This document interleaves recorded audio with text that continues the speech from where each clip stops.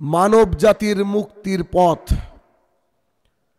উক্ত বিষয়ে তথ্য এবং তত্ত্ববহল আলোচনা করার চেষ্টা করব ইনশাআল্লাহুল আজিজ। সভাপতি সাহেব একটা বিষয় দাবি করেছেন, তার দাবি তো পূরণ হবেই হবে, বরং সমগ্র মানব জাতি কি করে পরিত্রাণ পাবে সে আলোচনা আজকে এখানে উপহার দেওয়ার ইচ্ছা বা আকাঙ্ক্ষা করেছি।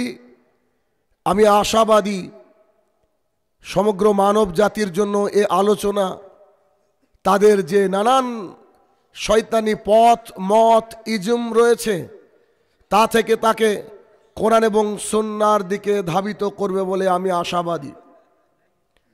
দ্বিতীয় কথা, আমরা যখন কোনো কিছু আলোচনা করব বা যারা কোরআন এবং সুন্নাহ মান্যওয়ালা দাঈল আল্লাহ, তাদের অন্যতম বৈশিষ্ট্য হচ্ছে তারা আলোচনা করার সময় দলিল সহকারে আলোচনা করে। কেননা দলিলবিহীন কাজ গোটা বিশ্ব জুড়ে সয়লাব। যখন দলিল দিয়ে আলোচনা করা হবে ঠিক সেই মুহূর্তে হাজারো মানুষের বিরুদ্ধে যাবে, এ কথাই সত্য। যদি গোটা পৃথিবীর সবার বিরুদ্ধে যাই তবু আমার কিছু যায় আসে না, কেননা আমি ভাড়াটিয়া বক্তা না।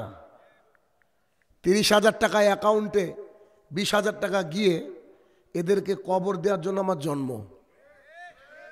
কেননা বাংলার মাটিতে এক এক রাত্রে কত যে মাহফিল হয় এগুলার হিসাব ফেরেশতা ছাড়া বোধহয় আর কেউ জানে না।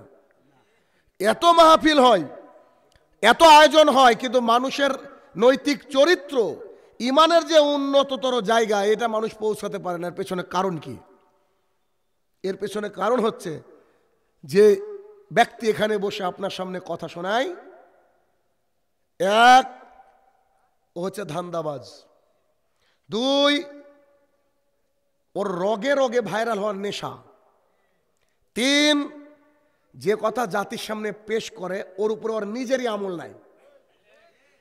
4, অধিকাংশ আলেম ওলামাকে দেখা যায় যে ও নেশাদার দ্রব্য পান করে খেয়ে তারপরে আসে। তো এক হারামখোরের বক্তৃতায় সমাজের কি পরিবর্তন হবে বলেন? কষ্ট পাচ্ছেন? এ তো টেলার হে, পিকচার আবি বাকি হে। তো আমাদের কথা হচ্ছে এই পৃথিবীর বুকে গোটা আল্লাহর দুনিয়াতে বর্তমানে মুসলমান আছে, ইহুদি আছে, খ্রিস্টান আছে, বৌদ্ধ আছে, জৈন আছে, পারসি আছে, হাজার হাজার জাতি আছে আল্লাহর জমিনে। আল্লাহ সুবহানাহু ওয়া তাআলা কিন্তু একজন। বিশ্ব প্রতিপালক কতজন? কেউ স্বীকার করুক আর না করুক, আল্লাহ কিন্তু একজন। এক এলাকায় যদি 2 চেয়ারম্যান থাকে তাতেই অর্ধেক রাস্তা হওয়ার পর বাকিটা আর হয় না। তাহলে যদি গোটা দুনিয়াতে আল্লাহ 2 জন থাকতো, এক আল্লাহ বলতো আজকে কুয়াশা দিব, আর এক আল্লাহ বলতো না আমি সূর্য দিব, ঝামেলা হতো। লজিক তো। সমগ্র মানব জাতির মুক্তির পথ কোনটা, এটা আজকের আলোচনার বিষয়, মূল বিষয়। খুব মনোযোগ সহকারে শুনতে হবে। ওই যে আর 5টা মাহফিলের মতো এটা আমার আলোচনা না ভাই। আমার আলোচনা শুনতে হলে বলেছি যে একেবারে খাতা পেন নিয়ে প্রয়োজন হলে বসতে হবে, পাই টু পাই নোট করতে হবে, এবং বাড়ি থেকে স্ত্রীকে মিনিমাম শোনাতে হবে একজনকে। বুঝেননি? খালি আসলাম বলে চলে গেলাম, আপনি বলেন কি মাশাআল্লাহ কি সুন্দর বক্তৃতা, যাওয়ার সময় বিড়ি টানতে টানতে চলে যাচ্ছেন, এরকম আছে না নাই? এদের সমাজ পরিবর্তন হবে না। আপনাকে বলি, এখন যদি আপনি গুগলে গিয়ে লিখেন যে পৃথিবীতে বর্তমানে কত ধর্ম আছে, গুগল আপনাকে উত্তর দিবে 4,000+। কত ধর্ম? প্রত্যেকটা ধর্মের অনুসারে মনে করে যে তারা জান্নাতি। বুঝলেননি? হ্যাঁ, কারোর জান্নাত, কারোর বেহেশত, কারোর স্বর্গ, আর কারোর হেভেন, এই শুধু পার্থক্য। কিন্তু প্রত্যেকটা মানব জাতি যে গ্রুপ বানিয়ে নিয়েছে তারা মনে করছে তা দিয়ে জান্নাতে যাব। এক শ্রেণী মানুষ মনে করছে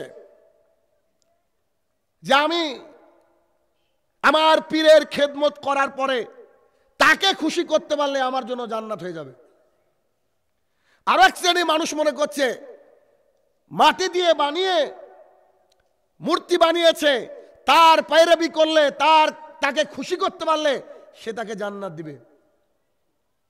আরো একদল মনে করছে যে পিতা, পুত্র, পবিত্র আত্মা, তিনজন ভগবান, এদেরকে সন্তুষ্ট করতে পারলেই জান্নাত। আর একদল আবার বলছে মরণকালে ঢোলবাসি বাজায়ও তরিকার ভাইও, মানে ঢোলবাসি বাজিয়েও জান্নাতে যেতে চাইছে। আর এক দল আছে গাঁজা খেতে খেতে মুখগুলো একেবারে রবীন্দ্রনাথ ঠাকুরের মতো তো আছেই, একবারে হলুদ হয়ে গেছে। তারা বলছে যে সব কিছুর মূল হচ্ছে লালন, তাকে ভক্ত করো, তাকে ভক্তি করতে পারলে জান্নাত। আরো এক দল আছে বলছে যে আপনারা টেনশন করেন না, কিয়ামতের মাঠে আমি জাহাজ নিয়ে আসবো। আরো এক দল আল্লাহর ঘর মসজিদ থাকার পরেও নিজের একটা মন গড়া খানকা তৈরি করে ভাবছে যে এখানে বসে যদি আমি জিকির আজগার করি তো আমি জান্নাতে যাব। আরো একদল মনে করছে যে মানুষকে ভালোবাসলেই, মানবতা থাকলেই আমাদেরকে আমার ঈশ্বর, আমার ভগবান, আমার আল্লাহ আমাকে জান্নাতে দিবে। অর্থাৎ একজনের সাথে আর একজনের কোনো মিল নাই।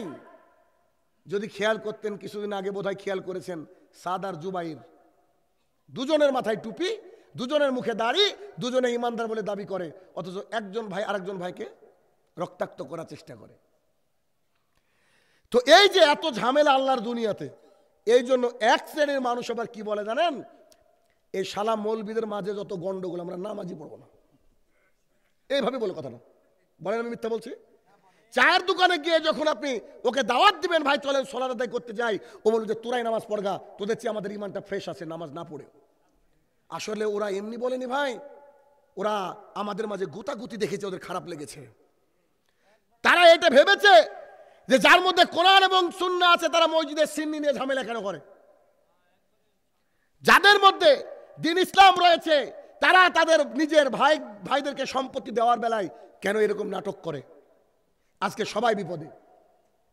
এখন তাহলে জান্নাতে যাবে কারা? বা জান্নাতে যে আমরা কে, আল্লাহ তাআলার যে সিলেক্টেড দল, এই দল কারা এটা দেখতে হবে। পৃথিবীর বুকে বর্তমানে কত ধর্ম আছে বললাম? আচ্ছা, আমরা ছোট্ট একটা কথার মাধ্যমে 4000 ধর্মকে বাতিল করে দিই, আমাদের কথা না। আল্লাহ সুবহানাহু ওয়া তাআলা কোরআনুল কারীমের মধ্যে বলছেন ইন্নাদ দীনা ইনদাল্লাহিল ইসলাম। ছোট্ট একটা কথা, বিশাল বড় পাওয়ার।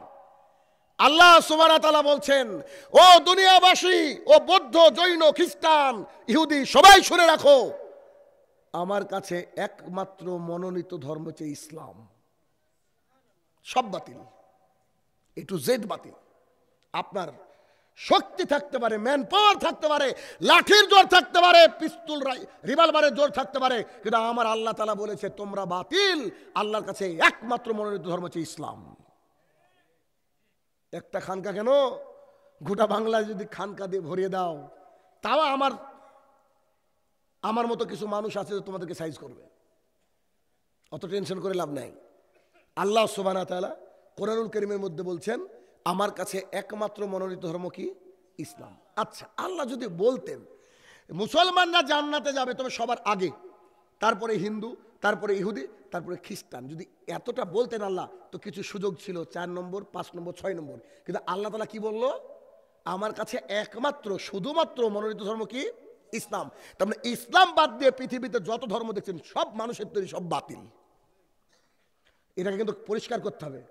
অনেক নেতা নেত্রীকে বলা যায় না ইনার ধর্মটাও ঠিক, ওটাও ঠিক, সেটাও ঠিক, একেবারে বাটপারি কথা, এর কোনো ভিত্তি নেই।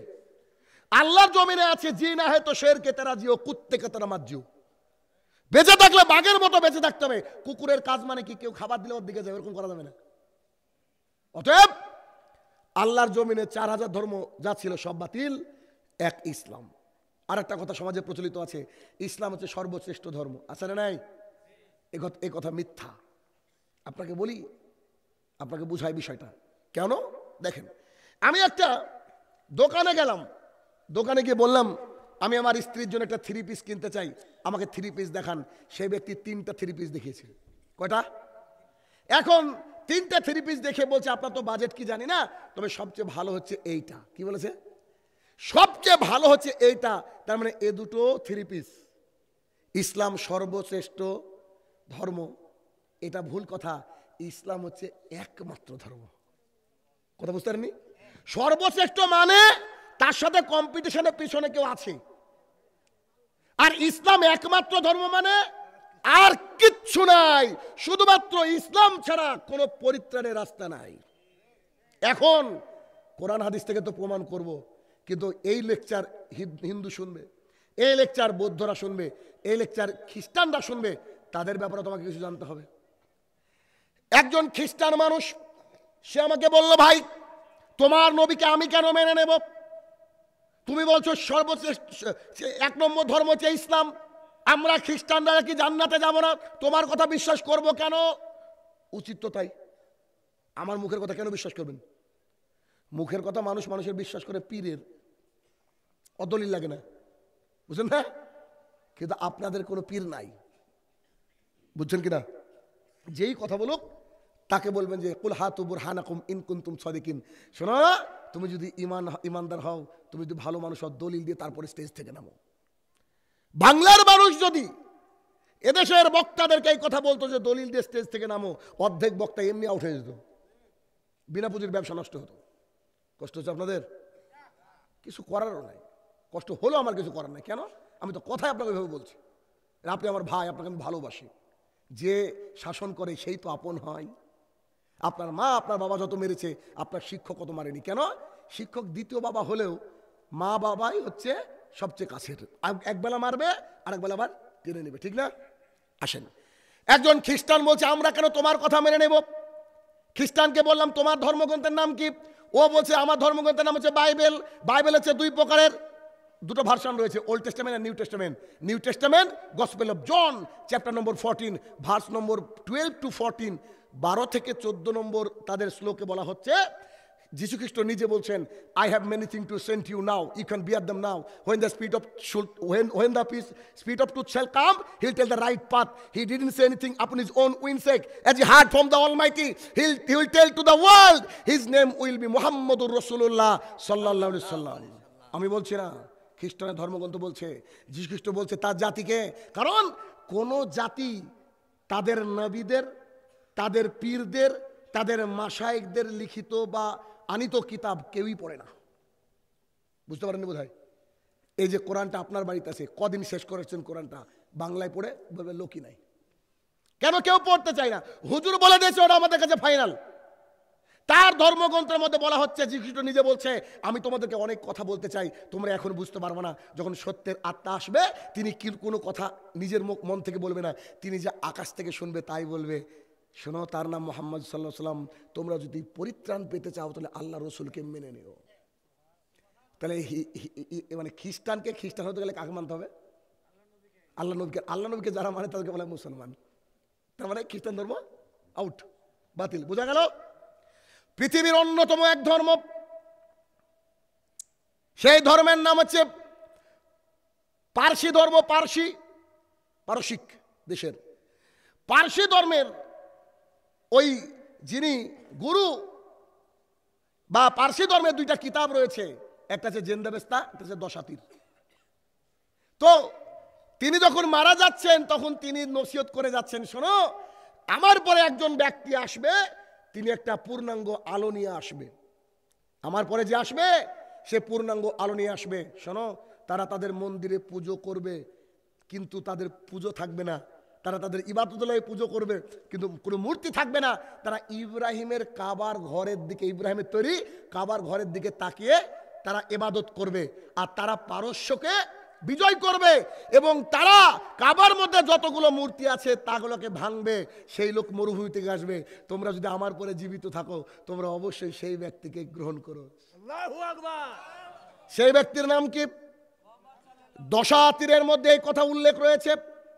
ওরা তো পড়ে না, এই জন্য তারা পথভ্রষ্টতার মধ্যে নিমজ্জিত। এরপরে আরো একটা ধর্মগ্রন্থ রয়েছে, আরো একটা ধর্মীয় মত রয়েছে, সেটা হচ্ছে বুদ্ধ। যদি কেউ কোনোদিন আমাদের ভারতের দার্জিলিংয়ের ওইদিকে ভ্রমণ করে থাকেন, দেখবেন বড় বড় মূর্তি বসে বসে আছে, বুদ্ধর মূর্তি। এখন তাদের প্রামাণ্য ধর্মগ্রন্থ দীঘানিকা, কি নাম? দীঘানিকা। এই দীঘানিকা ধর্মগ্রন্থের মধ্যে আনন্দ নামের একজন ব্যক্তি গৌতম বুদ্ধকে জিজ্ঞাসা করছে, আচ্ছা বুদ্ধ, আপনি মারা যাওয়ার পর আমরা কাকে অনুসরণ করব? তখন গৌতম বুদ্ধ বলছেন, শোনো, তোমরা ভেবো না আমি শেষ বুদ্ধ। বুদ্ধ মানে নবী ওদের ভাষায়। আমি শেষ বুদ্ধ তা নয়, আমার পরে একজন বুদ্ধ আসবে, যে বুদ্ধ একটা পূর্ণাঙ্গ ধর্মমত নিয়ে আসবে। আগের অংশ বলার আগে মজার কথা, তিনি কি বলছেন? আমার পরে যিনি আসবেন তিনি একটা পূর্ণাঙ্গ ধর্মমত নিয়ে আসবেন। এই শব্দের অর্থ কি? এই শব্দের অর্থ তিনি যেটা এনেছেন ওটা পূর্ণাঙ্গ নয়, বুঝলেননি? আমার পরে একজন আসবে, তিনি পূর্ণাঙ্গ ধর্মমত নিয়ে আসবে, তোমরা তার এতাত করো। তখন আনন্দ খুব চালাক মানুষ, আনন্দ জিজ্ঞাসা করছে, হে আমাদের বুদ্ধ, তার নাম কি হবে বলেন? তার নাম কি হবে বলেন? তখন বলছে তার নাম হবে মৈত্রীয়। কি নাম? সংস্কৃত শব্দ মৈত্রীয়। মৈত্রীয় শব্দের অর্থ হচ্ছে যে যে প্রশংসা করে। কি করে? প্রশংসা করে। আমাদের রসুলের নাম হচ্ছে আহমদ, যে প্রশংসা করে। তার মানে তিনিও বলে গেছেন যে আমাদের শেষ নবী মোহাম্মদ রাসূলুল্লাহ সাল্লাল্লাহু আলাইহি সাল্লাম। এরপরে আমাদের আশেপাশে সনাতন দেখা যায় কি যায় না? হিন্দু, এগুলাই বেশি, তাই না? বৌদ্ধ হয়তো আপনারা দেখেননি, খ্রিস্টান দেখেননি, কিন্তু হিন্দু দেখেছেন। হিন্দু ধর্মগ্রন্থ থেকে যদি আমি কথা বলা শুরু করি, সারা রাত এত শ্লোক পড়বো আপনি অজ্ঞান হয়ে যাবেন। এত দরকার নেই, একটু আপনাকে বুঝাই। সেটা কি দেখেন, তাদের ধর্মগ্রন্থ রয়েছে অনেকগুলা, চারখানা বেদ রয়েছে, পুরাণ রয়েছে। তো 18টা পুরাণ রয়েছে, তার মধ্যে একটা পুরাণের নাম হচ্ছে ভবিষ্য পুরাণ। কি নাম? ভবিষ্য পুরাণ। অধ্যায় 3, খণ্ড 3, জুজ নম্বর 3, 5 এবং 6 নম্বরের মন্ত্রতে তারা উল্লেখ করছে, এইভাবেই আছে। দিন রাত কথা বলছি, ইউটিউবে যায় কথাগুলো, সব প্রমাণ আছে। তারা তাদের এই ধর্মগ্রন্থের মধ্যে বলা হচ্ছে একেবারে স্পষ্ট রাসূল সাল্লাল্লাহু আলাইহি ওয়াসাল্লামের নাম নিয়ে মন্ত্র বলা হচ্ছে। বিশ্বাস হয়? আসলে আল্লাহ তো একজন, মানবতার মুক্তির দূত মুহাম্মদ সাল্লাল্লাহু আলাইহি ওয়াসাল্লামকে পাঠিয়েছেন। মানুষ শুধু কি করেছে? বিকৃতি করেছে কিতাবগুলা নিজেদের মতন। যুগে যুগে যেমন কিছু আলেম দেখেন, আলেম হচ্ছে কয়েক প্রকারের, এক হচ্ছে দরবারি, এক হচ্ছে সরকারি, আছে না? আর এক হচ্ছে অরিজিনাল। দরবারি মানে দরবারি আর সরকারি প্রায় অনেকটাই একই রকম। সরকার যদি বলে এদিকে যান তো এদিকে যাই। দেখেন মেয়ে দেশে আলেম সিনেমার পোস্টারিং, সিনেমা উদ্বোধন করতে গিয়ে হুজুর দোয়া করছে, আল্লাহ গো অমুক খানের সিনেমা যেন আগামী দিনে হিট করে। আমি তখন মনে করি আল্লাহ, ইবলিসকে দেখার বড় শখ ছিল, হুজুরও যে ইবলিস এটা তো বুঝিনি। এটাই করছে, ওদেরকে যা উদ্বোধন করতে ডাকবেন ওরা তাই উদ্বোধন করতে চলে যায়, খালি দরকার টাকা পয়সা, ব্যাস, আর কিছু না। মন্ত্র মুহাম্মাদিতি খ্যাত শিষ্য শাখা সমন্বিত নিপশ্চাৎ মহাদেবা মরুস্থল নিবাসী নমঃ। হুবহু একটা বাক্য এদিক হলে শাহিনুর রহমানের গলার আপনার ছুরি। আমি চাই যে মানুষ জান্নাতে যাক। কেন? পৃথিবীর পরীক্ষায় 100 বার ফেল করেও চান্স থাকে, কিন্তু মারা যাওয়ার পরে কোনো সুযোগ থাকে না। এজন্য তাদেরকে সাবধান করতে হবে আমাদেরকে। কি কি কি এটা কি বলা হচ্ছে? মুহাম্মাদিতি খ্যাত, মুহাম্মদ নামে একজন ব্যক্তি শেষে আসবে, বিখ্যাত ব্যক্তিত্ব, শিষ্য শাখা সমন্বিত, তার সাথে থাকবে তার শিষ্যরা। সবাই জানেন নামগুলা, শিষ্যদের নাম জানেন না? দুইটা বলেন দেখি। আবু বকর রাদিয়াল্লাহু তাআলা, উমর রাদিয়াল্লাহু তাআলা, উসমান রাদিয়াল্লাহু তাআলা, আলী রাদিয়াল্লাহু তাআলা। কত সাহাবী তারা? শিষ্য শাখা সমন্বিত, তার সাথে তার শিষ্যরা থাকবে। নিপশ্চাৎ মহাদেবা মরুস্থল নিবাসী নম, যে ব্যক্তি মরুভূমি থেকে উঠে আসবে তাকে নমস্কার। আল্লাহ রাসূলের বাড়ি কোথায়? মরুভূমিতে। তো তার ধর্মগ্রন্থ বলছে যে তোমরা মুহাম্মদ সাল্লাল্লাহু আলাইহি ওয়াসাল্লামকে মেনে নিও, তবে তোমরা খাঁটি হিন্দু হতে পারবা। আর মুহাম্মদ সাল্লাল্লাহু আলাইহি ওয়াসাল্লামকে যে মেনে নেয় তাকে কি বলা হয়? মুসলমান। বুঝা গেল? তাদের কিতাবের মধ্যে আরেকটা কিতাব রয়েছে, কলকি পুরাণ। কলকি পুরাণের মধ্যে উল্লেখ রয়েছে, এভাবে স্পষ্ট উল্লেখ রয়েছে যে এমন একটা সময় আসবে, এক কলকি অবতার দুনিয়াতে আসবে। তার বাবার নাম হবে বিষ্ণু আইয়াস, মায়ের নাম হবে সুমতি। সাম্মানা নামক গ্রামে তার জন্ম হবে। তিনারা শিষ্য নিয়ে চলবেন, লোকজন নিয়ে চলবেন, আর তিনারা ঘোড়ায় বা উঠে চড়বে, ঘোড়ায় বা উঠে চলবে। এখন দেখেন, আপনাকে বলি এটা মজার কথা, আমাদের যখন ডেট নেন আপনারা, আমরা যখন কোথাও যাই, আমরা গুগল ম্যাপে মারি যে এটা মানেশ্বর নাকি এটা রাজশাহী, এটা বিরল, এটা কুমিল্লা, গুগল ম্যাপ দেখায় কি দেখায় না? আমরা কিন্তু গুগল ম্যাপের মাধ্যমে যাই। রাসূল সরি, ওই যে ব্যক্তি আসবে তার নাম হচ্ছে নরসংসা। কি নাম? নরসংসা বলা হচ্ছে, কলকি অবতার বলা হয়েছে। কলকি নরসংসা আসবে সম্বালা নামক একটা গ্রামে, তার বাবার নাম হবে বিষ্ণু আয়াস, মায়ের নাম হবে সুমতি। এখন সম্বালা যদি আপনি গুগলে সার্চ দেন, পৃথিবীতে সম্বালা নামক কোনো গ্রামই নাই। কেন? কিতাব যারা লিখে তাদের মধ্যে কিছু একটা সিস্টেম আছে, সব কিছু একেবারে ক্লিয়ার কাট লিখে না, কিছু গবেষণার জন্য রেখে দেন তারা। এবার দেখেন, আপনাকে বলছি, যে ব্যক্তি আসবে কলিযুগে, যখন মানুষ পাপাচারে নিমজ্জিত হয়ে যাবে, আল্লাহ রাসূল সাল্লাল্লাহু আলাইহি ওয়াসাল্লাম যখন জন্মগ্রহণ করেন, ওটাকে বলে আয়ামে জাহেলিয়াত, অন্ধকার জামানা, চারিদিকে পাপ আর পাপ সমাজের বুকে। তখন একজন ব্যক্তি আসবে যার নাম হচ্ছে নরসংসা। সংসা মানে প্রশংসা, নর মানে মানুষ, মানুষের যিনি প্রশংসা করে তাকে আরবিতে বলে আহমদ। আমাদের নবীর নাম আহমদ। তিনি জন্মগ্রহণ করবেন বিষ্ণু আইয়াসের ঘরে। বিষ্ণু মানে হচ্ছে ভগবান, আইয়াস মানে চাকর, ভগবানের চাকর, আল্লাহর চাকরকে বলা হয় আব্দুল্লাহ। কি বলা হয়? আব্দুল্লাহ বলা না, আল্লাহর চাকর। তার মায়ের নাম হবে সুমতি। সুমতি মানে হচ্ছে নির্মল সুন্দর, একেবারে সাইলেন্ট সুন্দর। মক্কাকে বলা হয় দারুল আমান, আমিনা, শান্তির শান্তির শহর বলা হয় কিনা মক্কাকে? দারুল আমান, সরি দারুল আমান, অর্থাৎ তার মায়ের নাম হচ্ছে আমিনা। আমিনা মানে কি? আমিনা মানে হচ্ছে শান্তি ওখানে। এরপরে বলা আছে শাম্বালা নামক একটা গ্রামে জন্মগ্রহণ করবে। শাম্বালা হচ্ছে শান্তির শহর, শান্তির শহর মক্কাকে বলা হয় দারুল আমান। এবার বলেন, কোন ধর্ম থাকলো? সবার কি একেবারে কনফার্ম হয়েছেন যে একমাত্র মনোনীত ধর্ম ইসলাম? কোনো ডাউট আছে আর? কোনো সন্দেহ? আচ্ছা, এবার জেনে নিলাম ইসলাম হচ্ছে এমন একটা মত এবং এমন একটা পথ যার মাধ্যমে আল্লাহর কি পাওয়া যায়? কি পাওয়া যাবে? জান্নাত। এবার আসেন রাসূল সাল্লাল্লাহু আলাইহি সাল্লাম বলছেন, শোনো, ইহুদিরা বিভ্রান্ত হয়েছে, ৭২টা দলে বিভক্ত হয়েছে। আমার উম্মত, আমি মুহাম্মদ সাল্লাল্লাহু আলাইহি সাল্লাম বলছেন, আমার উম্মত ৭৩টা দলে বিভক্ত হবে। কুল্লুহুম ফিন্নার, সবাই যাবে জাহান্নামে, ইল্লা মিল্লাতে ওয়াহিদা, একটা দল ছাড়া। আশ্চর্য কথা, ইসলামটা তো অনেক কষ্ট করে পেলাম, একমাত্র রাস্তা, কিন্তু আল্লাহ রাসূল সাল্লাল্লাহু আলাইহি ওয়াসাল্লাম এসে বলছে ইসলামের মধ্যে ৭৩ দল পাবা। আসলে নাই আমাদের মধ্যে এত দল কেন? আল্লাহ রাসূলের ভবিষ্যৎবাণী এটা। ৭৩ দলের মধ্যে একটা দল হচ্ছে জান্নাতি। কুল্লুহুম ফিন্নার, আল্লাহ রাসূল বলছেন, আমি বলিনি, সবাই জাহান্নামী, আল্লাহ রাসূল বলেছেন। এখন সাহাবায়ে কেরাম বলছে, মান হিয়া রাসূলুল্লাহ সাল্লাল্লাহু আলাইহি ওয়াসাল্লাম, আরে তারা কারা? তাদের পরিচয় বলে দেন। যদি পরিচয়টা বলা হতো তো খুশি হতাম। যদি বলতো হানাফি তো বাঁচতাম, যদি বলতো আহলুল হাদিস তো বাঁচতাম। বুঝেন না? ক্লিয়ার কাট একটা ধারণা থাকতো। রাসূলুল্লাহ সাল্লাল্লাহু আলাইহি ওয়াসাল্লাম বলছে যে রাস্তায় আমি আর আমার রসুলের তরিকা নিমজ্জিত আছে, অর্থাৎ আমাকে এবং আমার সাহাবায়ে খোলাফায়ে রাশেদাকে যে রাস্তায় তোমরা চলতে দেখছো, এটাই হচ্ছে একমাত্র পথ, বাদ বাকি সব বাতিল। এবার কনফিউশন, আল্লাহ রাসূল সাল্লাল্লাহু আলাইহি ওয়াসাল্লাম এবং খোলাফায়ে রাশেদিনের সুন্নত মেনে কারা চলে, কারা একবারে পরিপূর্ণতা লাভ করেছে ইসলামের, তাদেরকে যদি খুঁজেন, আমার আপনার কথাই তো হবে না। বুখারীর উস্তাদ আলী ইবনে মাদানী রাহমাতুল্লাহ আলাইহি তিনি বলছেন, আল্লাহর জমিনে যদি তারা আহলুল হাদিস না হয় তো আমি জানি না যে তারা কারা। কে বলছে? আলী ইবনে মাদানী। উনি কে? উনি হচ্ছেন বুখারী রাহমাতুল্লাহ আলাইহির উস্তাদ।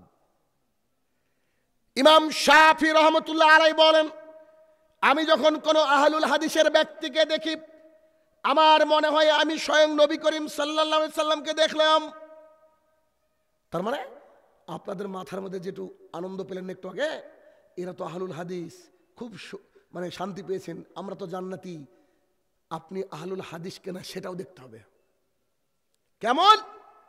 তিনি বলছেন, ইমাম শাফি রহমতুল্লাহ বলছেন, আমি যখন কোনো আহলুল হাদিসের ব্যক্তিকে দেখি আমার মনে হয় স্বয়ং নবী করিম সাল্লাল্লাহু আলাইহি ওয়াসাল্লামকে দেখলাম। দাড়ি চেয়েছে, বলছে আমি আহলুল হাদিস। একবার বাটপারের উপরে পিএইচডি করছো, কষ্ট পেলে কিছু করার নাই, যেটা হক সেটাই বলছি। কেন? আচ্ছা বলেন তো, একজন ব্যক্তিকে দেখে বলছেন এই লোকটা শাহিনুর রহমানের মতো, ওই লোকটার দাড়ি নাই, হয় কেন? শাহিনুর রহমানের দাড়ি আছে, বুঝেন বিষয়টা? তো তিনি বলছেন যে আমি যখন কোনো আহলুল হাদিসের ব্যক্তিকে দেখি তখন আমার মনে হয় যে মোহাম্মদ সাল্লাল্লাহু আলাইহি ওয়াসাল্লামকে দেখছি। তাহলে সেই ব্যক্তির কি থাকবে? মুখে দাড়ি থাকবে, নুরানি একটা চেহারা থাকবে, প্যান্ট জুব্বা যাই পড়ুক টাকনুর উপরে থাকবে, হাই আলা সালাত ডাকে মসজিদে উপস্থিত হবে। আহলুল হাদিস কাকে বলে? পৃথিবীতে যেখানে যারা মানুষের রচিত বিধানকে সাইডে রেখে দিয়ে কোরআন এবং সুন্নাহ মেনে চলে, এর নাম হচ্ছে আহলুল হাদিস। এতগুলা ফিরকার মাঝে কোরআন এবং সুন্নাহ মাননেওয়ালা দল হচ্ছে আহলুল হাদিস। এখন আপনার প্রশ্ন হতে পারে, আমরা তো গোটা গ্রাম আহলুল হাদিস, বেশিরভাগই আহলে খবিশ, আহলে হাদিস না। দেখি আহলে হাদিস কিনা, কয়েকটা পরীক্ষা। এক, ফজরে কজন উপস্থিত হয় বলেন তো, বলেন। দেখেন মামুন ভাই কোথায় আছেন? ব্যাগ আছে, কিছু টাকা বোধহয় হাদিয়া পেয়েছি, 20 কেনার জন্য দেবো। কে কে খাবেন বলেন? খেয়ে মরে যান, আপনাদের থাকার দরকার নেই দুনিয়াতে, বুঝেননি কথা? ছি ছি ছি ছি ছি ছি, 4-5 জন লোক ফজরে উপস্থিত হয়, তারপরে নিজেকে আহলুল হাদিস বলেন। এত বড় নির্লজ্জা বেহায়া মানুষ হয় কি করে আল্লাহর জমিনে? এর কুকুরও তো এত বেহায়া হতে পারে না। 5 ওয়াক্ত যাদের মধ্যে সালাত নাই তারা কি করে আহলুল হাদিস হতে পারে? আহলুল হাদিস কে? আহলুল হাদিস হচ্ছে যারা কোরআন এবং সুন্নাহকে মেনে চলে, তাকে বলে আহলুল হাদিস। আল্লাহ সুবহানাহু ওয়া তাআলা কোরআনুল কারীমের মধ্যে 82 বার বলেছেন আকিমিস সালাহ, তোমরা সালাত কায়েম করো। আর সালাতকে প্রতিষ্ঠা করার জন্য রাসূল সাল্লাল্লাহু আলাইহি ওয়াসাল্লাম তায়েফের ময়দানে রক্ত ঝরিয়েছিলেন। সালাতকে প্রতিষ্ঠার জন্য রাসূল সাল্লাল্লাহু আলাইহি ওয়াসাল্লাম মার খেয়েছেন, মক্কা থেকে মদিনাতে তিনাকে হিজরত করে চলে যেতে হয়েছে। সালাতের জন্য তার মাথার উপরে উটের ভুঁড়িকে চাপিয়ে দেওয়া হয়েছে, নোংরাকে চাপিয়ে দেওয়া হয়েছে। সালাতের কারণে তিনার চোখ দিয়ে পানি ঝরেছে। সালাতকে প্রতিষ্ঠার জন্য আজীবন তিনি যুদ্ধ করেছেন, শুধু সালাতকে প্রতিষ্ঠার জন্য। আপনি শুধু নাম নিয়ে বসে আছেন যে আমি আহলে হাদিস, আর আপনি 5 ওয়াক্ত সালাত আদায় করেন না। আহলুল হাদিসে শাহিনুর রহমান, এ হচ্ছে শাহিনুর রহমান। কেমন আহলুল হাদিস দেখবেন? কারণ আমরা তোমার হানাফি ছিলাম, আমরা আহলুল হাদিস হয়েছি। চলেন আমার মসজিদে ফজরে 100 উপস্থিতি। বুঝেন না বোধহয় কথা? আমি সমাজে যতটা আমার এনলিস্টেড লোক আছে প্রত্যেকে ফজরে উপস্থিত হয়। ওই ফাজলামি আমাদের গ্রামে নাই, আমার এলাকায় নাই, আমার কাছে নাই। কেন? আমরা নতুন না, পরে বুঝেছি যে আপনার তো বাপ দাদার। আহলুল হাদিস শাহিনুর রহমান কেমন দেখেন, উদাহরণটা দিব না ভেবেছিলাম, তাও আবার দিই। আমি যে গ্রামে আমার বাস, সেই গ্রামে আমি বিয়ে করেছি। আমার স্ত্রী ছোট্ট মোবাইলগুলো আছে না, যে টিপ টিপ মোবাইল, হ্যাঁ বাটন ফোন, এই মোবাইল নিয়ে আমার স্ত্রী তার দাদার বাড়িতে গিয়েছে। তো দাদার বাড়িতে যাওয়ার সময় ক্যামেরাটা পড়ে গেছে। আর তার দাদার বাড়ি হচ্ছে আমাদের গ্রামের মধ্যে সবচেয়ে বড় মসজিদের সামনে, যে মসজিদ থেকে আমাকে বের করে দিয়েছে আমিন বলার কারণে। তো যখন মোবাইলটা হারিয়ে গেছে, আমাকে অন্য একটা ফোন থেকে ফোন করে বলছে মোবাইলটা তো হারিয়ে গেছে, ফোন করছি তো সুইচ অফ। তা আমি বললাম তাহলে যে নিয়েছে দিবে না নিশ্চয়ই। আমি আল্লাহ তাআলাকে বললাম, হে আমার প্রতিপালক, যে ব্যক্তি নিয়েছে ওকে ক্ষমা করে দাও। সুবহানাল্লাহ বাড়িতে গিয়ে বলেন। কেন বললাম? হয়তো একটা ফোনের দামে 1-1.5 টাকা, কিন্তু আমার ওই কলিজার টুকরা ভাই সামান্য একটা ফোনের কারণে বিচার ব্যবস্থায় দাঁড়িয়ে থাকবে যতক্ষণ না শাহিনুর রহমান আসবে। কারণ আমানত তো আমার ভাইকে আমি দুনিয়াতে ক্ষমা করে দিলাম, যাক। এরপরে মসজিদের সামনে যেহেতু দাদা বাড়ি, চারিদিকে খবরটা ছড়িয়ে গেছে। সন্ধ্যাবেলা ইশার পর ছেলেকে মশারি খাটাচ্ছি, মশারি বুঝেন কিনা, মসকিটো নেট, মশারি খাটাচ্ছি, দেখছি হঠাৎ করে ওই মসজিদ থেকে আওয়াজ ভেসে আসছে যে আসসালামু আলাইকুম, শাহিনুর রহমানের একটা মোবাইল ফোন হারিয়ে গেছে, যদি কেউ পেয়ে থাকেন আমাদের মসজিদে দিবেন অথবা বাড়িতে দিয়ে আসবেন। মসজিদ থেকে ঘোষণা, 2 বার ঘোষণা হয়ে গেল। 2 বার ঘোষণা হয়ে যাওয়ার পর আমি বলছি জোরে জোরে, আমার স্ত্রী মওজুদ, আমি বলছি হে আমার প্রতিপালক, শাহিনুর রহমান যেন মোবাইলটা না পায়। আমার স্ত্রী অবাক, আরে এটা তো তোমার মোবাইলের কথা বলছে, তোমার যেটা হারিয়েছে সেটা। আমি বললাম তুমি হয়তো জানো না, আমি বুখারী, মুসলিম, আবু দাউদ, তিরমিজি, নাসাই থেকে 12খানা হাদিস বের করেছি, যার মধ্যে রাসূল সাল্লাল্লাহু আলাইহি ওয়াসাল্লাম বলেছেন মসজিদ থেকে কোনো কিছু হারানো ঘোষণা যদি দেওয়া হয়, তাহলে তুমি যদি শোনো তো বদদুয়া করো। কথা মনে বোঝাতে পারছি না? মসজিদ থেকে হারিয়ে যাওয়া বস্তুর কি হবে যদি শোনেন, কি করবেন? বদদুয়া করবেন। কেন? পৃথিবীতে যেখানে যারা কোরআন এবং মানে মানুষের রচিত বিধানকে সাইডে রেখে কোরআন এবং সুন্নাহ মেনে নেয়, সে হচ্ছে আহলুল হাদিস। আমি আমার স্ত্রীকে বললাম মোবাইল শাহিনুর রহমানের না, শাহিনুর রহমানের বাপের হলেও আমি এই মোবাইলের জন্য বদদুয়া করব। কেন? আল্লাহর রসুল বলেছেন বদদুয়া করতে। কথা কি বুঝতে পেরেছি? এ হচ্ছে আহলুল হাদিস, এরা হচ্ছে সহি তরিকার মানুষের কথা, কোরআন এবং সুন্নাহ মাননেওয়ালা মানুষের কথা আছে এটা। এইভাবে আপনাকে জাতির সামনে চলতে হবে, এভাবে দুনিয়াতে চলতে হবে। কেন? আল্লাহর কাছে গিয়ে ছাড় পাওয়া যাবে না। তো এইটা মাথার মধ্যে রাখতে হবে, এটা হচ্ছে আহলুল হাদিস। কিন্তু আজকে আমাদের মসজিদগুলো থেকে মাঝে মাঝে বলে অমক ব্যাপারে অমকের গ্যাস লাইটার হারিয়ে গেছে, বিড়ি খাওয়া দিয়ে যান তো। আস্তাগফিরুল্লাহ। এই জন্য বলে না যে মসজিদ থেকে শুধু আজান হবে, অন্য কিছু আর হবে না। বলে অমক মরে গিয়েছে, তার জানাজার সময় এত। কার বিটি পালিয়ে গেছে রাতের অন্ধকারে, ওই খবর বাংলাদেশ ছাড়িয়ে ইন্ডিয়া চলে যায়। মানুষ মরলে বুঝি মানুষ বুঝতে পারে না? মসজিদের মাইক থেকে শুধু আজান হবে, আর কোনো ফাজলামি চলবে না। আবার বলছে যে মানুষ হচ্ছে, আমরা নিজেকে আহলুল হাদিস বলি। শোনেন, মানহাজুস সালাফ, এই মানহাজুস সালাফকে আমাদেরকে মেনে নিতে হবে। একেবারে হুবহু কোরআন এবং সুন্নাহ অনুযায়ী আমাদের আমল করতে হবে, আমাদের জীবনযাপন করতে হবে, তবে আমাদের পরিত্রাণের রাস্তা। তাছাড়া কোনো পরিত্রাণের রাস্তা বলেন নেই। কিভাবে আমল করতে হবে দেখেন। আনাস ইবনে মালিক রাদিয়াল্লাহু তাআলা আনহু বলেন, আবু তালহা রাদিয়াল্লাহু তাআলা আনহুর বাড়িতে আমি সাহাবীদেরকে মদের গ্লাসে মদ ঢেলে দিচ্ছিলাম। আয়াত তখন নাজিল হয়নি, মদ তখন জায়েজ। আমি মদের গ্লাসে মদ ঢেলে দিচ্ছিলাম, এমত অবস্থায় একজন ব্যক্তি দৌড়ে এসে বলছে আমি আল্লাহ রসুলকে বলতে শুনলাম আল্লাহ তাআলা নাকি মদের আয়াত নাজিল করেছেন যে মদ হচ্ছে হারাম। সঙ্গে সঙ্গে আবু তালহা রাদিয়াল্লাহু আনহু আনাস ইবনে মালিককে বলছেন, আনাস জি বলেন, সমস্ত মদের যতগুলা বোতল, যতগুলা কলসি, যতগুলা ঠিলি আছে সবগুলোকে ভেঙে ছারখার করে দাও। সুবহানাল্লাহ। এই হচ্ছে মেনে নাও, এই হচ্ছে কি মেনে নাও। খায়বারের যুদ্ধে রাসূলুল্লাহ সাল্লাল্লাহু আলাইহি সাল্লামের কাছে সাহাবায়ে কেরাম আসলেন, ও আল্লাহ রাসূল সাল্লাল্লাহু আলাইহি সাল্লাম, আমরা চরম ক্ষুধার্ত, কতদিন যে খাই না, আমরা আর সহ্য করতে পারছি না, আপনি একটু আমাদেরকে কিছু বলেন। রাসূল সাল্লাল্লাহু আলাইহি সাল্লাম বলছে তোমাদের কাছে গৃহপালিত গাধা আছে তো? জি, যাও ওই কয়েকটা জবাই করে খাও, যাতে করে যুদ্ধেও সমস্যা না হয়। আর এতেও নাই। সাহাবীদেরকে আল্লাহ তাআলা খুব কম মানে মানে বিলাসিতা খুব কম দিয়েছিলেন, রুজি রুটি খুব অল্প দিয়েছেন আল্লাহ তাআলা। কেন? আমি তো ভাবি আমাদেরকে যেভাবে খেতে দেওয়া হয় রুজি রুটি, আল্লাহ এগুলো বোধহয় অপচয়। খাস করে বাংলাদেশের মানুষ তো প্রচুর পরিমাণে অপচয় করে। 1 নম্বরে বোধহয় সৌদি আরব আছে, 2 নম্বরে বাংলাদেশ। মানুষ মনে করে এটাই আতিথেয়তা। কিন্তু আবু হুরায়রার সামনে যখন একটা ছাগলকে ভুনা করে দেওয়া হলো, তিনি কান্নায় ভেঙে পড়ে বলছেন আমি এটা খেতে পারবো না আল্লাহ রসুল। পরপর 2 দিন জবের রুটি খেয়ে পরিত্রাণ পেয়েছেন, পেট ভরেছেন, এরকম দৃশ্য আমার জানা নেই। কি কি কি বিলাসিতা আমাদের মধ্যে। খাবার অপচয় হয় কি হয় না বলেন? খায়বারের যুদ্ধে রাসূলুল্লাহ সাল্লাল্লাহু আলাইহি সাল্লামের কাছ থেকে অনুমতি পেয়ে গেল। পেয়ে যাওয়ার পর জবাই করেছে হালাল, বিসমিল্লাহ আল্লাহু আকবার, হালাল জবাই করেছে। হালাল জবাই করার পর বলেন তো, যার খিদে লাগে তার সামনে যদি গোস্ত বা কোনো খাবার আসে, খিদে আরো বাড়ে না কমে? আরো গতিটা বেড়ে যায় খিদের। ও খাবার মুখ থেকে, হ্যাঁ পালি খায়, মুখ থেকে লালা ঝরতে থাকে। ঠিক এমন অবস্থায় রাসূলুল্লাহ সাল্লাল্লাহু আলাইহি ওয়াসাল্লামের তাঁবুর মধ্য থেকে একজন সাহাবী বের এসে বলছে, ও আমার ভাইরা শোনো, কি হয়েছে?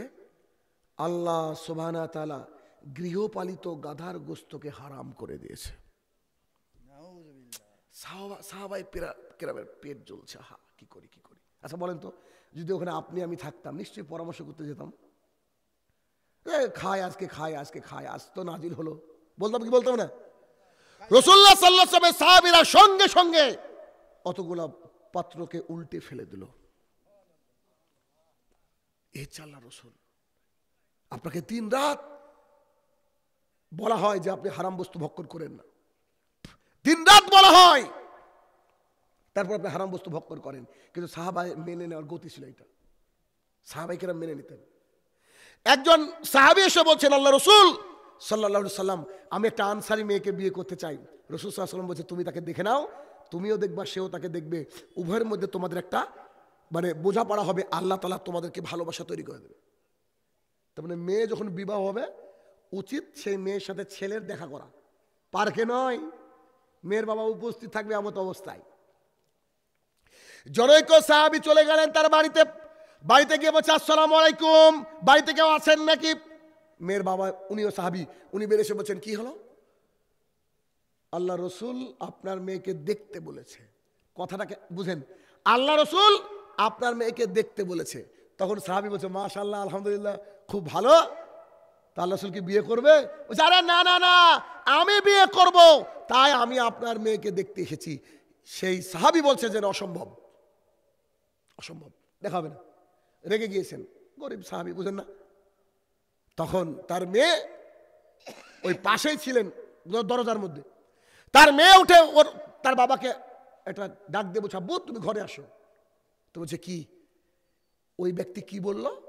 ওই ব্যক্তি বলেছে মুহাম্মদ সাল্লাল্লাহু আলাইহি ওয়াসাল্লাম তাকে দেখতে পাঠিয়েছে। তার কলিজার টুকরা মেয়ে তাকে বলছে, আব্বুজান তুমি কান খুলে শুনে রাখো, যেই ব্যক্তিকে পাঠিয়েছেন উনি সাহাবী, আর যে ব্যক্তি আমাকে দেখতে বলেছেন তিনি আল্লাহর নবী। তুমি বাবা এত বড় সাহস হয় কি করে যে তুমি আল্লাহ রসুলের পাইগামকে ঘুরিয়ে দাও? সঙ্গে সঙ্গে তার বাবা সাহাবী বলছে, সুবহানাল্লাহ, আমি তো ভুল করেছি, মা ঠিকই তো বলেছে, ঠিকই তো বলেছে।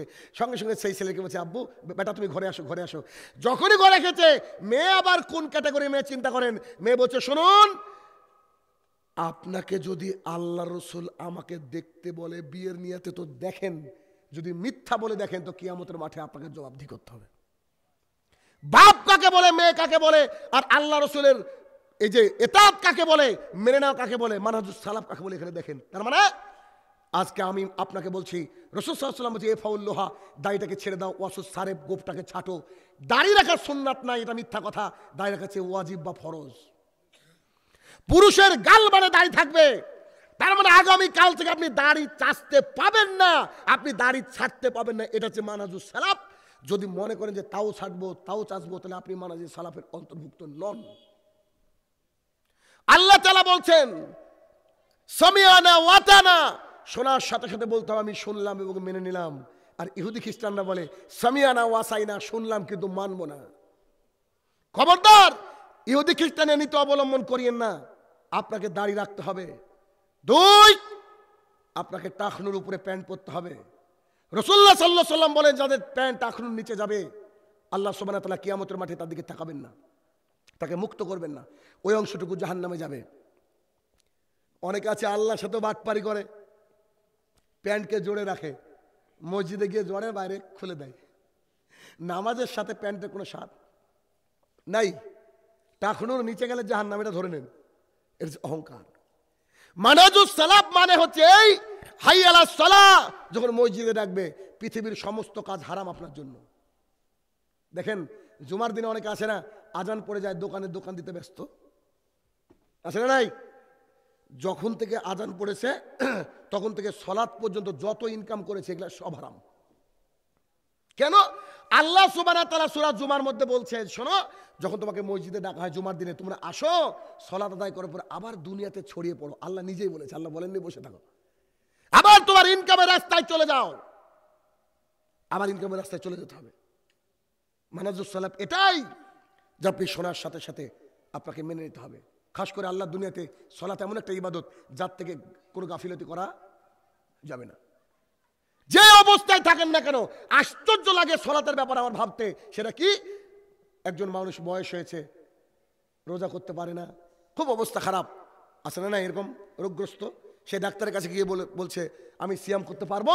ডাক্তার বলছে না, আপনি সিয়াম করতে পারবেন না, সিয়াম করলে মৃত্যুর চান্স আছে। সেই ব্যক্তির সিয়াম হয়ে যায় ফিদিয়া দিলে। কি দিলে? ফিদিয়া দিলে। এখন হাদিস শোনেন, একটা হাদিস।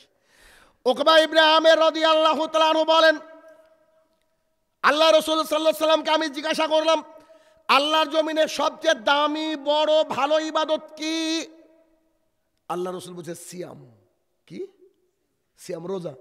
আচ্ছা ঠিক আছে, আরেকটা বলেন সিয়াম, আরেকটা বলেন সিয়াম। রাসূল সাল্লাল্লাহু আলাইহি সাল্লাম বলছে আল্লাহ তাআলার জমিনে সিয়ামের মতো ভালো ইবাদত আর নাই। কেন বলেন তো? নামাজ পড়লে একটু 5G গতি করা যায়, তাই না? মাঝে মাঝে দ্রুত ইত্যাদি করা যায়, কিন্তু সিয়াম 6টায় একে ইফতার, 5টা 59 বাজছে, পেটের মধ্যে ঘুঘু চলে বেড়াচ্ছে, তাও বুঝতে পেরেছেন? সিয়াম এমন একটা ইবাদত, একজন বয়স্ক মানুষ, প্রেগনেন্ট মহিলা, বয়স্ক মানুষ খাস করে কি ফিদিয়া দিয়ে দিচ্ছে, সিয়ামের বদল হলো। হজ এমন একটা ইবাদত, রাসূলুল্লাহ সাল্লাল্লাহু আলাইহি ওয়াসাল্লাম বলেছে হজ্জে মাবরুর, যার হজ কবুল হয়ে যাবে তার একটাই নেকি জান্নাত। হজের নেকি কি? অন্য আর কিছু নাকি জান্নাত।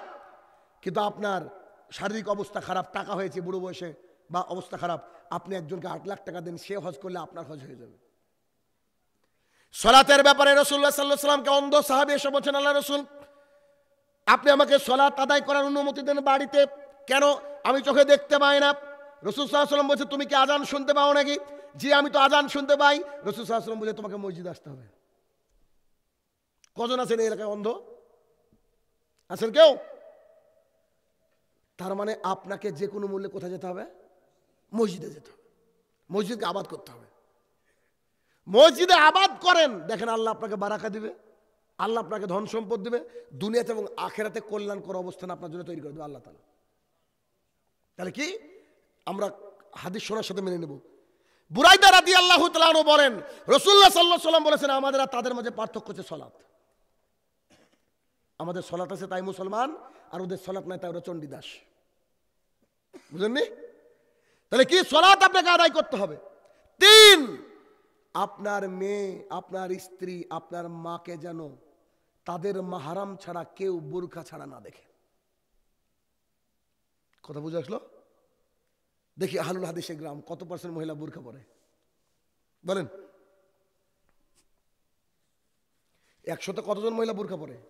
এখন বর্তমান সবাই পড়ছে। সবাই পড়ছে?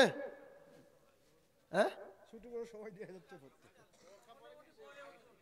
আচ্ছা মোটামুটি পড়ে যাক, বোরখাটা অন্তত আছে, কিন্তু যার 98% বোরখা চলবেই না, মানে বোরখাতে ওকে সুন্দর লাগে আরো বেশি।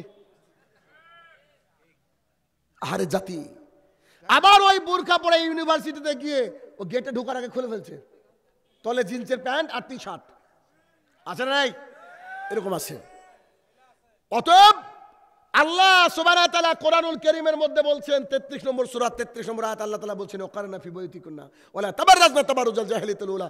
এই মহিলারা শোনো, তোমরা বাড়ির মধ্যে থাকো, খবরদার জাহালাতের যুগের মতো নিজেকে দেখিয়ে বেরিও না। তাহলে যারা জান্নাতে যেতে চায় তাদের কি লাগবে বলেন? বোরকা। আমি আমার স্ত্রীকে বলি মাঝে মাঝে যে তুমি একটু ইসলাম নিয়ে বেশি বেশি পড়াশোনা করো, দিন ধর্ম তো জানার দরকার আছে, বলি আর কি। তা আমাকে বলে আমার পড়াশোনার দরকার নেই, আমার পড়াশোনার দরকার নেই। আমি একটা হাদিস শুনেছি, ওইটা আমার জন্য যথেষ্ট। আসলে শিক্ষা আছে কোথা থেকে? আমি বললাম যে হাদিসটা কি? আমাকে বলছে তুমি তো বলেছো, আমি শুনেছি রাসূলুল্লাহ সাল্লাল্লাহু আলাইহি ওয়াসাল্লাম বলেছেন একজন মহিলা জান্নাতের যে কোনো গেট দিয়ে ঢুকতে পারে 4টে কাজ করলে। 1, প্রতিদিন 5 ওয়াক্ত সালাত আদায় করতে হবে। 2, রমাদান মাসের সিয়াম পালন করতে হবে। মাসিকের কারণে, মেন্সের কারণে যেগুলো ভেঙে যাবে পরবর্তী রমাদানের কোনো এক সময় তুলে নিতে হবে। 3, লজ্জাস্থানের হেফাজত করতে হবে, বুরকা পড়তে হবে। 4, স্বামী যা বলবে তাই শুনতে হবে। এই 4টে কাজ করি, এতেই তো আমার জান্নাত, এত টেনশনের কি আছে? তো কথা তো সুন্দরী, বুঝেন না? তাহলে এই 4টে কাজ করে জান্নাতের কোন গেট দিয়ে যাবে? যে কোনো গেট দিয়ে। এই হাদিস আমি যা বুঝেছি, হয়তো আপনি বুঝেননি, আপনাকে বোঝানোর জন্য আরেকটা কথা বলি, একটু দেখেন, একটু খেয়াল করেন। আবু বকর রাদিয়াল্লাহু তাআলা আনহু বলেন রাসূলুল্লাহ সাল্লাল্লাহু আলাইহি ওয়াসাল্লামের পেছনে সালাত আদায় করলাম ফজরের, করার পরে ঘুরলাম, আল্লাহ রাসূল ঘুরলো আমাদের দিকে, ঘুরে বলছে তোমরা কি জানো আল্লাহ তাআলা এমন কিছু মানুষকে সৃষ্টি করেছেন যাদের সৌভাগ্য হবে 8টা গেট দিয়ে জান্নাতে প্রবেশ করার। যাদের সৌভাগ্য হবে 8টা গেট থেকে তাদেরকে আহ্বান করা হবে। তার আগে বলি, জান্নাতে যে একটা গেট, আদম আলাইহিস সালাম থেকে শুরু করে শেষ মানুষটা পর্যন্ত একসাথে ঢুকলে একজনের গায়ের সাথে আরেকজনের গা লাগবে না। তাহলে জান্নাতের গেট কত বড় বুঝেন। আবু বকর রাদিয়াল্লাহু তাআলা বলছেন, রাসূল সাল্লাল্লাহু আলাইহি ওয়াসাল্লাম বলছেন যে এমন সৌভাগ্যবান মানুষ পৃথিবীতে আছে যাদেরকে জান্নাতের 8টা গেট থেকে ডাকা হবে। জান্নাত পিপাসী মানুষ ছিলেন সাহাবায়ে কেরাম। আবু বকর রাদিয়াল্লাহু উঠে বলছেন, আল্লাহ রাসূল, এই তারা কারা কারা, কেমন বৈশিষ্ট্য বলেন না, কি কি বৈশিষ্ট্য একটু বলেন না। তখন রাসূল সাল্লাল্লাহু আলাইহি ওয়াসাল্লাম, আবু বকর তুমি বসো বসো বসো, তুমি তাদের মধ্যে একজন। এবার আপনি আগের হাদিসকে মিল করেন তো। সুবহানাল্লাহ, বুঝতে পারেননি? যেই গেট দিয়ে 8টা গেট দিয়ে আবু বকরকে ডাকা হবে, সেই রকম 8টা গেট দিয়ে আপনার স্ত্রী যে দিক দিয়ে খুশি সেদিক দিয়ে ঢুকতে পারে। কিন্তু পুরুষে কোন আমল করলে 8টা গেট দিয়ে ঢোকা যায়, আমি এখন পর্যন্ত হাদিস পাইনি, ওই খুঁজছি এখন পর্যন্ত। কিন্তু আমার বোনেদের জন্য, আমার মায়েদের জন্য কত বড় অফার, যে এই অফার তারা এই 4টে কাজ। আচ্ছা 4টে কাজ করতে কি খুব কষ্ট? 5 ওয়াক্ত সালাত কিছু না পড়লে 17 রাকাত ফরজ পড়ুক, মাগরিবের 3 থাক, ছেলে জ্বালাচ্ছে পারলো না। রমাদান মাসের সিয়াম, আমার মনে হয় আমরা সিয়াম করে যে নেকি পাই, আমাদের মারা আমাদের স্ত্রীরা আমার মনে হয় এর চেয়ে 3 গুণ বেশি পাবে। কেন? রাত্রি 1টা-1:30টার সময় উঠেছে চুলার পাড়ে, তখন আমি আপনি বাবুর বাচ্চা ঘুমাচ্ছি, আবার ঘুমে থেকে ডাকে, উঠো গো, এই সরো, আসলে নাই এরকম। ও জানে যে ওকে ডেকে তুলতে 8 ঘন্টা লাগবে, আগে থেকে ডাকে। রাত্রি 1টা-1:30টার পর থেকে রান্না করতে শুরু করে দেয়, রান্না করে সঙ্গে সঙ্গে বলে যে তুমি একটু খাও, সবাইকে, বাচ্চা ছেলে মেয়ে সবাই মিলে খায়। খাওয়ার পরে আমি চলে যাই, আপনি চলে যাই মসজিদে, মসজিদ থেকে এসে আবার ঘুম। কিন্তু আমার স্ত্রী আমার মাথার ঘুমায় না, বাসন ধোয়া থাকে, ছেলে মেয়েকে স্কুলে পাঠানো থাকে, কত নানান কাজ থাকে, সারাদিন এত কষ্ট। যদি বিকালবেলা একটু বলে, একটু আসো না গো, একটু পেঁয়াজি ভাজি, একটু আসো না গো, একটু আমাকে হেল্প করো, বেগনি বানাবো। বেগনি নাকি এ দেখে তো বেগনি ছাড়া কি ছাড়া, বেগুন ছাড়াও বেগনি হয় নাকি? যাই হোক, তো একটু পেঁয়াজি ভাজবো, একটু বেগনি ভাজবো, তখন কি আমি ক্লান্ত আছি, আমি আগুনের কাছে যেতে পারবো না। কিন্তু আমার স্ত্রী আমার মা ক্লান্ত হয় না। এতগুলা জায়গা জুড়ে ইফতারের ব্যবস্থা করা হয়েছে। গ্রোগ্রাসে গিলে মাগরিবের সালাত আদায় করেছি, করার পরে সে মোবাইল নিয়ে বসেছি সোফায়, হেলানা দিয়ে আর উঠতে পারছে না। সেই মেয়েটা, কাজের মেয়েটা, কত পরিশ্রম করার পরে, ইফতার করার পরেও সে কি ক্লান্ত হয় না? নিশ্চয় হয়। সে আবার গুছাতে থাকে, আবার রেডি করতে থাকে। কেন? একটু পরে আবার তারাবির আগে বলছে আবার খাবো। এই করতে করতে সব গুছিয়ে শুতে যাচ্ছে 11টা-12টা, উঠছে আবার 1:30-2টো। তাহলে মায়েদের কত কষ্ট না? তারা তো অটোমেটিকলি এমনি সিয়াম করবে। 2টো গেল সালাত আর সিয়াম গেল, আর 2টো কি? আর 2টোর মধ্যে একটা হচ্ছে পর্দা করা। প্রত্যেক দিন মহিলাদেরকে বাজারে যেতে হয় এমন আছে নাকি? কবে 1 বছরে 3 বার মায়ের বাড়ি যায়, শুধু বাড়ির থেকে বেরোলে বোরখা, বাকি ও বাড়িতে উলঙ্গ হয়ে থাক, ওকে কেউ দেখার নাই। ইসলাম বলেছে যেন পর পুরুষ না দেখে, বুঝেন না? পর পুরুষ, তাহলে শুধু বোরখা পড়লো। আর 4, স্বামী যাতে খুশি হয় সেই কথা করলো। এইখানে 95% মহিলা ফেল। বলেন 95% মহিলা ফেল। কেন? একটা মজার হাদিস রয়েছে, রাসূলুল্লাহ সাল্লাল্লাহু আলাইহি ওয়াসাল্লাম বলছেন যে তোমরা সাহাবীরা তোমরা জানো কি, আমি জান্নাত দেখলাম, জাহান্নাম দেখলাম। জান্নাতে দেখলাম সব গরিব মিসকিন মানুষ, আর জাহান্নামের মধ্যে তাকিয়ে দেখছি শুধু নারী আর নারী, নারী আর নারী, নারী আর নারী। আরে জান্নাতের যে কোনো গেট দিয়ে ঢোকা যায় কি করলে? 4টে কাজ করলে। তো জাহান্নামে এত নারী কেন? তো বলছে ওরা যে কুফরি করে। কি করে? সাহাবায়ে কেরাম বুঝতে পারলাম না কুফরি কি জিনিস। তখন বলছে স্বামীর সাথে কুফরি করে। স্বামীর সাথে কুফরি কি দেখবেন? দেখাবো? দেখেন, আজকে দোকানপাট বসেছে, দিকে বসেছে, আগামী দিনে এগুলো বসাবেন না। এগুলো বসা মানে কোরআনকে অপমান করা হয়, খবরদার। নাহলে জালসাই করেন না, মাহফিলি করেন না, দরকার নেই তো। কারণ এখানে বসে যারা জালসাই খুঁজছে, বাকি ওখানে জেনা চলছে, জেনা। যারা আপনি দেখেন, তো আপনার স্ত্রী আপনাকে বলেছে শোনো অনেকদিন জিলাপি খাওয়া হয়নি, তুমি মাহফিলে যাচ্ছ তো একটু জিলাপি নিয়ে এসো। 1 কেজি জিলাপির দাম কত এখানে? 160 টাকা। আমাদের ইন্ডিয়াতে 60 টাকা শুধু। তো 160 টাকা, টাকার দামও বেশি, বুঝলেন না? আপনাদের এখানকার 20,000, আমাদের ওখানে 11,000 সামথিং। তো সেই ব্যক্তি করেছে কি, আমার বক্তৃতা শুনেছে, শোনার পরে মাথায় জিলাপি টিলাপি আউট, ভুলে গিয়েছে। বাড়িতে গিয়ে কলিং বেল দিচ্ছে, তার স্ত্রী দরজা খুলে প্রথমে হাতে লাইট মেরেছে, এ কি গো জিলাপি কই? তখন সে বলছে, আরে ছি ছি ছি ছি ছি, আমি তো বক্তৃতা শুনতে গিয়ে ভুলে গিয়েছি। তখন আপনার আমার স্ত্রী প্রথম যে কথাটা বলবে, তুমি আমার কথা কবে শুনলা? বলেন, তুমি আমার কথা কবে শুনলা? 1 সপ্তাহ হলো রুলিবানা করে দিয়েছি গো, 8 লাখ টাকা দাম। কদিন আগে রাজশাহী বাজার থেকে সিল্কের শাড়ি কিনে দিয়েছি, 7,000 টাকা দাম। গতকালকে রোস্ট পোলাও খাইয়েছি, দিন রাত এত টাকা তোমার পেছনে খরচ, মাত্র 160 টাকায় 40 বছর বাতিল। তুমি আমার কবে কথা শুনলে? দেখলেন আওয়াজ কি, মানুষের আওয়াজের গতি আলাদা, বলে সব এই রুগী, সব এই রুগী। কারণ আমাদের বাড়িতে পুরুষরা, আমরা কেউ পুরুষ না, ওরাই হচ্ছে মুখ্যমন্ত্রী, ওরাই হচ্ছে প্রধানমন্ত্রী, আর আমরা হচ্ছে তাদের আমলা, বুঝেন না? দেখেন না, রাত্রি জেগেছেন, একটু ঘুমাতে চাইছেন, সকালবেলায় ভোরে উঠে বলছে তাড়াতাড়ি বাজারে দাও, কিছু করার না, এক আমলা, ঠিক ঠিক ঠিক, আমরা কামলা। যাই হোক, আলোচনার লম্বা করবো না, শীতের রাত। যেটুকু আপনাদেরকে বলতে চাইছিলাম, ভাইয়েরা আমার, বলেন তো, এখান থেকে বাড়িতে ফিরে যাবেন এর কোনো গ্যারান্টি আছে? তো যখন আমাদের গ্যারান্টি নাই যে আমরা বাড়িতে ফিরে যাব, কখন যে মালাকুল মত চলে আসবে। অনেক মানুষ বাড়িতে ভাড়া থাকে না, 3 মাসের ভাড়া দেয়নি, মালিক এসে বলছে আপনি আপনার জিনিসপত্র গুটিয়ে চলে যান। মালিক যতই খারাপ হোক, তার পা চেপে ধরে যদি তাকে বলেন ভাই 1টা মাস সময় দেন, দিবে কি দিবে না? নিশ্চিত দিবে। কিন্তু মালাকুল মত যখন চলে আসবে, 1 সেকেন্ড দিবে? 1 সেকেন্ড দিবে না। অতএব আমাদের জীবনকে শুধরাতে হবে, নিজেকে পরিশুদ্ধতার মধ্যে নিয়ে আসতে হবে।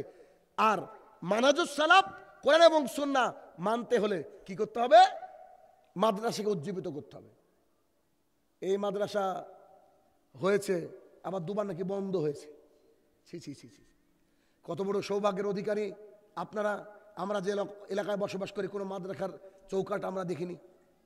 ব্রাদার রাহুল বলে না এসে কথা, আমি আর ও দুজন একই এলাকার, একই মসজিদের, অথচ আমরা মাদ্রাসা দেখিনি কোনোদিন। কত বড় সৌভাগ্য, মাদ্রাসা বন্ধ হয়ে পড়ে আছে। এরা পরে বুঝবেন, আপনারা পরে বুঝবেন, এটা এখন বুঝতে পারেননি। শোনেন, এখনকার বর্তমান ছেলেরা 98% তো এমনি বাপ মাকে ভাত দেয় না, বুঝেন না? কিন্তু আপনার সন্তানকে যদি আপনি দ্বীনি পরিবেশে শিক্ষা দেন, কিছু দরকার নাই। ছেলে শুধু নামাজের মধ্যে বলবে রাব্বির হামহুমা কামা রাব্বায়ানি সাগীরা, হে আমার প্রতিপালক, যেমন করে তুমি আমাকে ছোটবেলায় লালন পালন করেছো, ঠিক তেমন করে আমার মা বাবা যখন আমাকে লালন পালন করেছে ছোটবেলায়, ঠিক তেমন করে তুমি আমার মা বাবাকে দেখো। আর কিছু লাগে? একটা ভাড়া দেয়া হুজুর এনে আপনার জানাজায় দাঁড় করে দিয়েছেন, আর আপনার নিজের সন্তান আপনার জানাজায় যেই আল্লাহ আকবার বলে হাত তুলবে, কান্নাই পাগল হয়ে যাবে, আল্লাহ তাআলা হয়তো তাকে ক্ষমা করে দেবে। আপনার সন্তান আপনার জানাজা পড়াক, আপনার সন্তান ইলম অর্জন করে, আপনার টাকা ইলম অর্জন করে জাতিকে যদি কিছু দেয়, তার বেনিফিট পাবে। আমার আব্বা জীবনে স্কুলে যায়নি, আমি আজকে আপনার এখানে বসে বক্তৃতা করছি, আমার আব্বা ঘুমিয়ে ঘুমিয়ে নেকি পাচ্ছে, বুঝেননি বোধহয়? আমার আম্মা ঘুমিয়ে ঘুমিয়ে নেকি পাচ্ছে, কেন? তারা আমাকে অতদূর আনতে কিছুটা যতটুকু পেরেছে সহায়তা করেছে। ঠিক তেমনি আপনারা খবরদার, এই এলাকা থেকে আপনাদের টার্গেট রাখবেন এই যে আপনারা মাদ্রাসাকে উজ্জীবিত করেন। আপনার 10টা টাকা যেখানে চা খেতে ফুরিয়ে যায়, এই 10টা টাকা দিয়ে যদি 10টা করে টাকা যদি কিছু একটা কোরআন দিতে পারেন, এই কোরআন আল্লাহর জমিনে যতদিন থাকবে ততদিন নেকি পাবেন, সাদকায়ে জারিয়া, সুবহানাল্লাহ, সাদকায়ে জারিয়া পাবেন। আলেম ওলামাদেরকে সম্মান করবেন, যিনারা দ্বীন ইসলাম প্রচার করে, যারা হকপন্থী আলেম, তাদেরকে সম্মান করবেন, তাদের যথাযথ পাওনা দিয়ে দিবেন। প্রতিশ্রুতি দিয়েছেন এক, তাকে দিবেন আরেকটা, তাহলে সেই প্রতিষ্ঠানের সন্তান ঠিকঠাক লালন পালন হতে পারবে না। অতএব আমি আপনাদেরকে মোট কথা যেটুকু বোঝানোর চেষ্টা করলাম এতক্ষণ, আর একবার প্যাকেট করে দিচ্ছি। আল্লাহর জমিনে যত ধর্ম আছে সব বাতিল, একমাত্র কি চলবে? ইসলাম। ইসলামের মধ্যে 73টা দল আছে, সব বাতিল, একটা চলবে, সেটা কি? এখন আর বলতে পারে না, ভয় লাগে। ঘি তো ঘি ছিল, খাঁটি ঘি কবে লিখতে হলো? যেদিন মার্কেটে ভেজাল ঘি চলে এসেছে সেদিন। আমি মনে করি আমি হচ্ছি পাক্কা হানাফি মানুষ। কেন? ইমাম আবু হানিফা রহমতুল্লাহ বলছেন, ইজা সাহুয়াল হাদিসি ফাহুয়া মাযহাবি, যেটাই সহিহ হাদিস সেটাই আমার মাযহাব। বর্তমানে যাদেরকে হানাফি দেখেন সব জাল হানাফি, বুঝেননি? যে ব্যক্তি কোরআন এবং সুন্নাহকে মেনে নেয় সেই হানাফি, সেই শাফি, সেই হচ্ছে আপনার আহলুল হাদিস, সে হচ্ছে ফিরকে নাজিয়া। কথা কি বুঝতে পারলাম? যেমন আল্লাহ তাআলার কটা নাম আছে? 99টা। আল্লাহ তাআলা বললেন আমার 99টা নাম আছে, তোমরা যা খুশি বলে ডাকো। আমরা পাবলিক এত খারাপ বাঙালিরা আল্লাহকে খোদা বলে ডাকি, খোদাটা নাই। কোরআনুল কারীমের নাম আছে প্রায় 56টা, কোরআন মাজিদ, কোরআনুল হাকিম ইত্যাদি। আমরা পাবলিক লিখেছি কোরআন শরীফ, বুঝলেন? কোরআনকে নকল করেছি, হচ্ছে আমরা বাঙালি। অরিজিনাল তৈরি হওয়ার আগেই ডুপ্লিকেট বেরিয়ে যায়, এটা বাংলাদেশ। কথা বুঝেননি? অতএব কে কি বললো এটা জানার দরকার নেই, আপনি সোজা মানাজুস সালাফকে অনুকরণ করবেন, কোরআন এবং সুন্নাহকে মানবেন। পৃথিবীতে যেই আপনার সামনে কথা বলুক না কেন, তাকে বলুন ভাই আপনি দলিল দেন। যদি দলিল পেয়ে যান, চোখ কান বুঝে আপনি ওটাকে মেনে নেবেন। বাপ দাদা করলো, অমক করলো, তমক করলো, এটা হচ্ছে ইহুদি খ্রিস্টানের দলিল। কথা বোঝা গেল? ইহুদি খ্রিস্টানের দলিল। অতএব মানাজুস সালাফকে পরিপূর্ণভাবে মেনে চলেন, দেখবেন আমাদের জীবন সুন্দর হয়ে যাবে। অতএব আজকের আলোচনা এখানে শেষ করছি। হে আমার প্রতিপালক, আমরা যেন সঠিক পথে তোমার লাইনে চলতে পারি। না ভাই, এমনি শরীর খুব অসুস্থ। খানকা বলে দিয়েছি তো। হ্যাঁ, উচ্ছেদ আপনারা কি করতে বসে আছেন?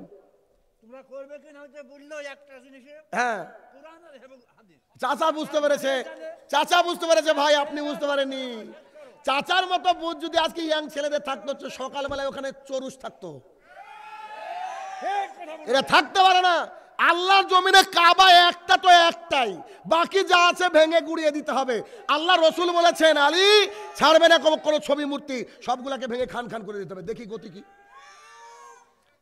আহলুল হাদিসের ঘরে জন্ম আপনাদের, আহলুল হাদিসের বাচ্চা আপনারা, আর আপনার এলাকায় খানকা গড়ে ওঠে, আপনারা ললিপপ চুষেন নাকি? অতএব হে আমার প্রতিপালক, এতক্ষণ যে আলোচনা করলাম মাবুদ, এই আলোচনা থেকে সবাই যেন উপকার লাভ করতে পারি, আল্লাহ তুমি সেই তৌফিক আদা করো, আল্লাহুম্মা আমিন। কবরের তলে যারা শাহিত আল্লাহ, তারা যেন যদি ক্ষমার যোগ্য হয়, তাকে তুমি ক্ষমা দান করো, আল্লাহুম্মা আমিন। আল্লাহ, যেসব ভাইরা ধর্মকে বিকৃত করার চেষ্টা করছে, তাদেরকে তুমি পূর্ণাঙ্গ হেদায়েতের আলোয় আলোকিত করো, আল্লাহুম্মা আমিন। আসসালামু আলাইকুম ওয়া রাহমাতুল্লাহি ওয়া বারাকাতুহু।